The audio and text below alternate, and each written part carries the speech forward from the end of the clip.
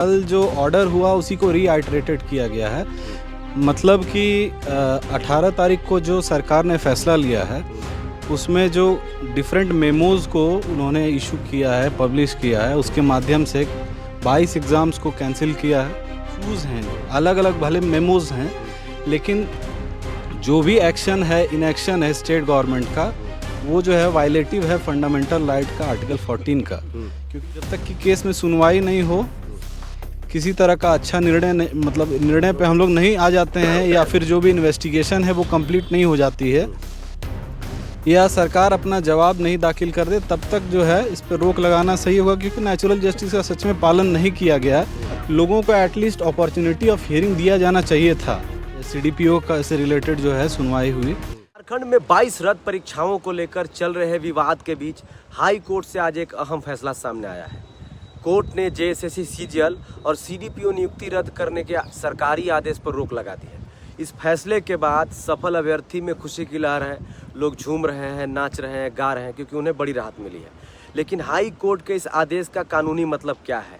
क्या इसे नियुक्ति का रास्ता साफ हो गया है?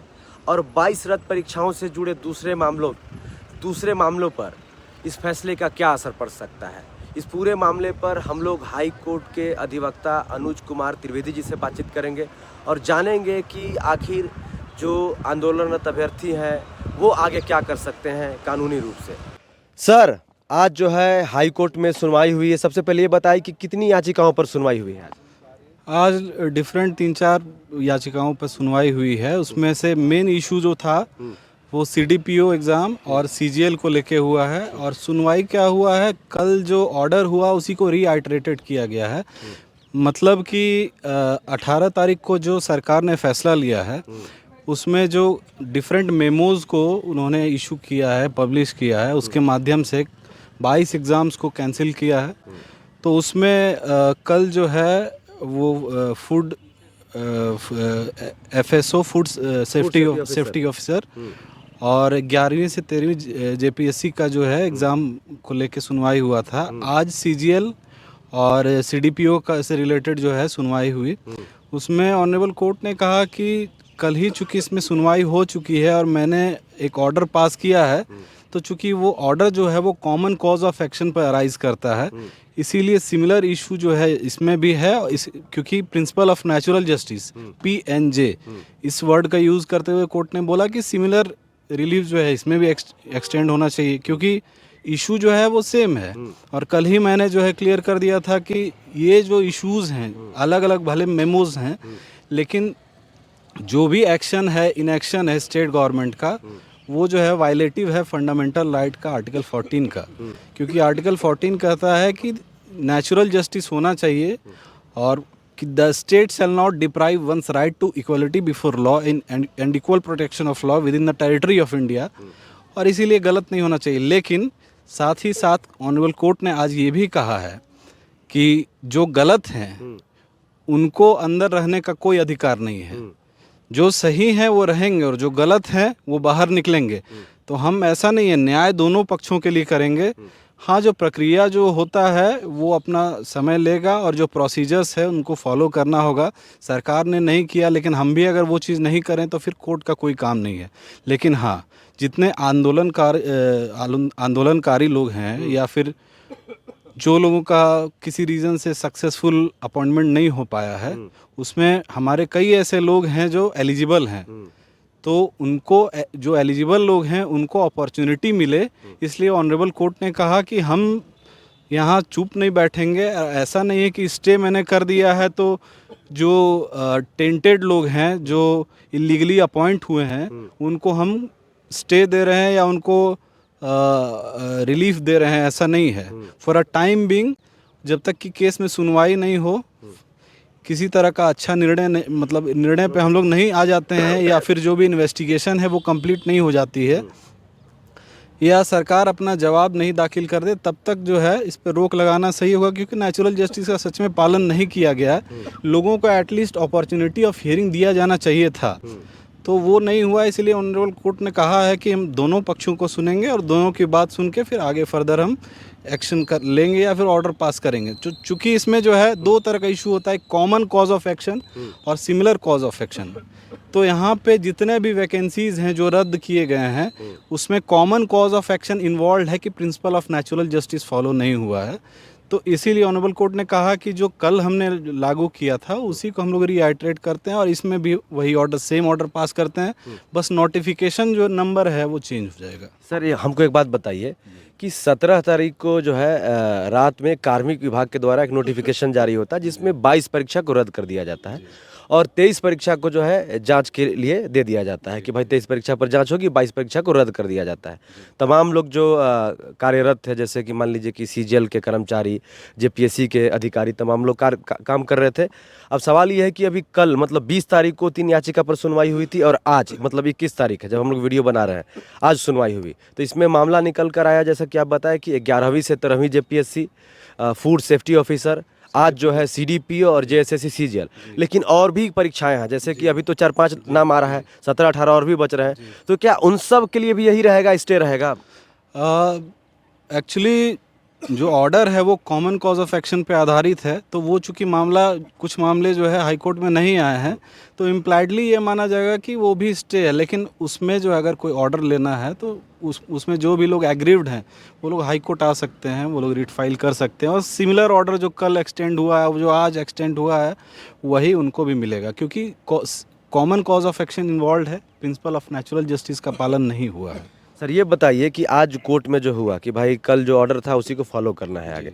अब हमको ये बताइए कि जो अभ्यर्थी हैं, जो आंदोलनरत अभ्यर्थी है, जो आंदोलन के 26 दिनों तक विधानसभा का घेराव की तमाम चीज़ें हुई, उनके लिए क्या ऑप्शन बचता है अब?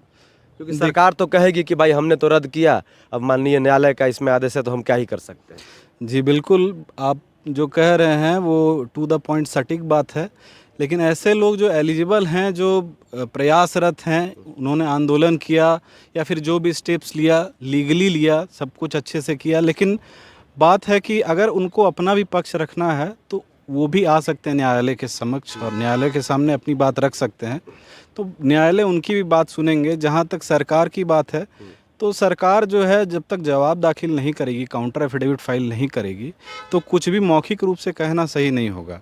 और जो भी लोग एग्रीव्ड हैं, इससे अपनी बात ऑनरेबल कोर्ट के सामने रखना चाहते हैं, वो भी अपना आ सकते हैं, इंटरवेंशन फाइल कर सकते हैं, बहुत सारा माध्यम है, वो अपनी बात रख सकते हैं। तो नेक्स्ट हियरिंग कब है सर?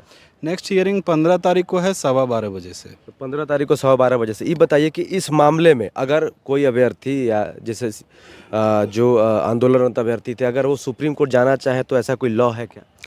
पहली बात तो कि या सरकार जाना चाहे तो?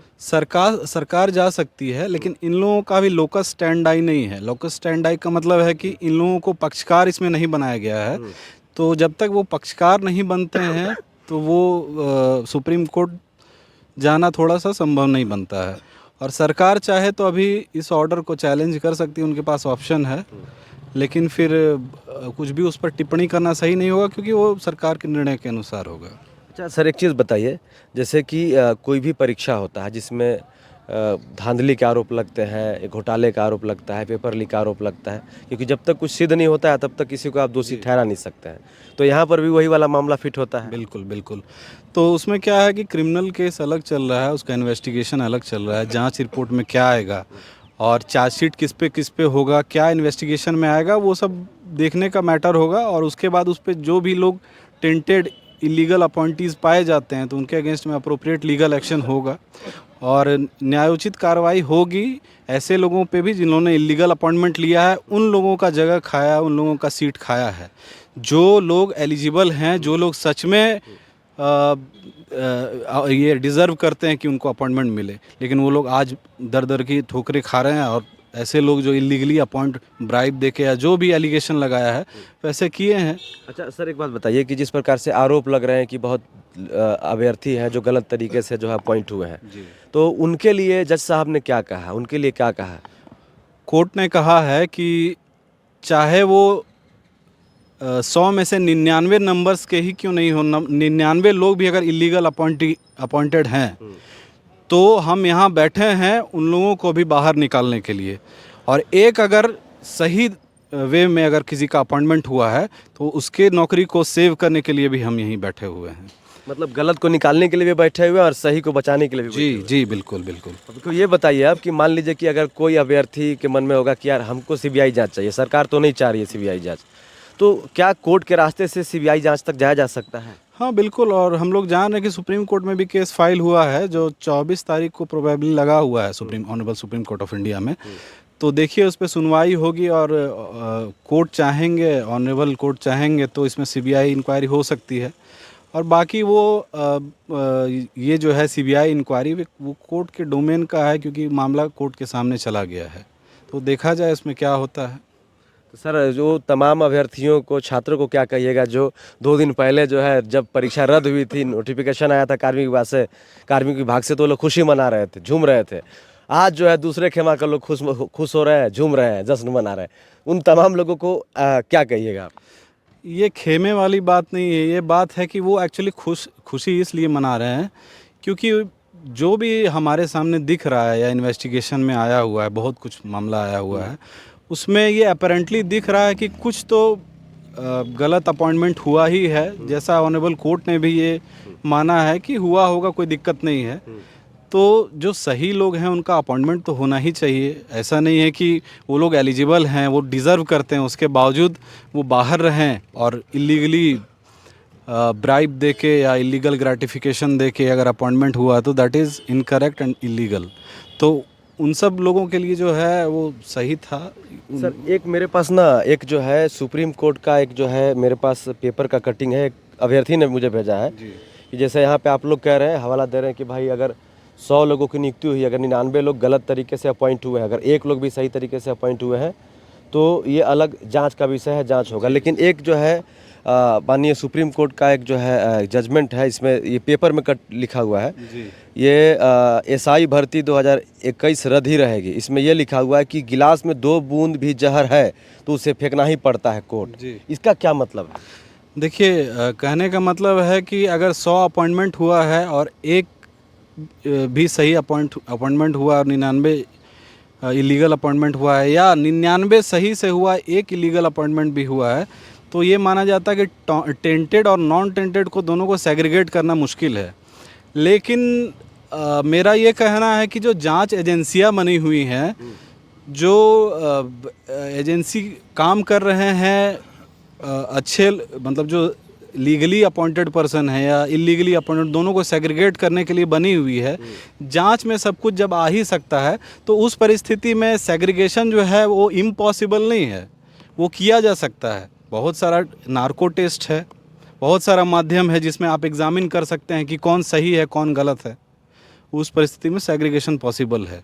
लेकिन ये कौन सी परिस्थिति में ये जजमेंट होगा? ये उस परिस्थिति में होगा जब अपॉइंटमेंट जो है बहुत इनिशियल स्टेज पर है, जब एडवर्टीज़मेंट आया है, पब्लिश हुआ है, या एग्ज़ाम भी अभी नहीं हुआ है, लेकिन यहाँ पे लोग अपॉइंट हो चुके हैं। काफ़ी सारी नौकरियाँ छोड़ के लोग आए हुए हैं, 2-3 नौकरी छोड़ के आए हुए हैं। इस परिस्थिति में वो लोग कहाँ जाएंगे?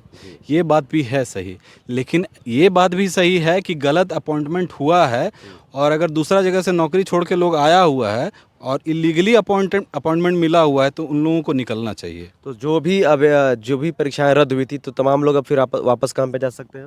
जी, उनको जी अब जी होना तो वही चाहिए, लेकिन अगर ये सरकार नहीं मानती है तो फिर कंटेम्प्ट होगा इस पे, या अगर सरकार अपील में जाती है तो उस अपील में जो भी फाइनल डिसीजन होगा तो उसके अपील तक जो सीजीएल के अभ्यर्थी है, जेपीएससी के सफल अभ्यर्थी, उनको इंतजार करना होगा। इंतज़ार नहीं भी करना पड़ सकता है अगर सरकार नहीं जाएगी अपील में, या खुद से अगर ये लोग इम्प्लीमेंट कर देंगे ऑर्डर को तो फिर फर्दर एक्शन लेने की ज़रूरत नहीं होगी, या फिर फर्दर जो है वो कंटेम्प्ट वगैरह फाइल करने की ज़रूरत नहीं पड़ेगा। चलिए, तो बहुत बहुत धन्यवाद सर। हमारे साथ बातचीत कर रहे थे हाई कोर्ट के अधिवक्ता अनुज कुमार त्रिवेदी जी। इन्होंने बहुत ही डिटेल में एक्सप्लेन करके बताया कि जो जेएसएससी सीजीएल का मामला है, सीडीपीओ का मामला है, 11वीं से 13वीं जेपीएससी का मामला है, एफआरओ का मामला है, और भी जो अन्य परीक्षाएं हैं जिसको सरकार ने रद्द किया है, उन तमाम मामलों पर इन्होंने कानूनी जो है बातें बताई और आप इतना समझ लीजिए कि जो भी 22 परीक्षाएं रद्द हुई थी, सरकार के द्वारा रद्द किया गया था, कार्मिक विभाग के द्वारा एक नोटिफिकेशन जारी किया गया था 17 तारीख को रात को, या लगभग 18 तारीख हो गया था।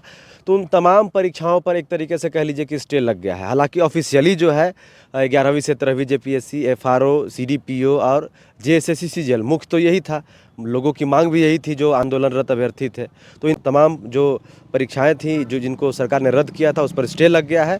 अब बाकी आगे जो होगा हम आपको ज़रूर बताएंगे सर से बातचीत करके।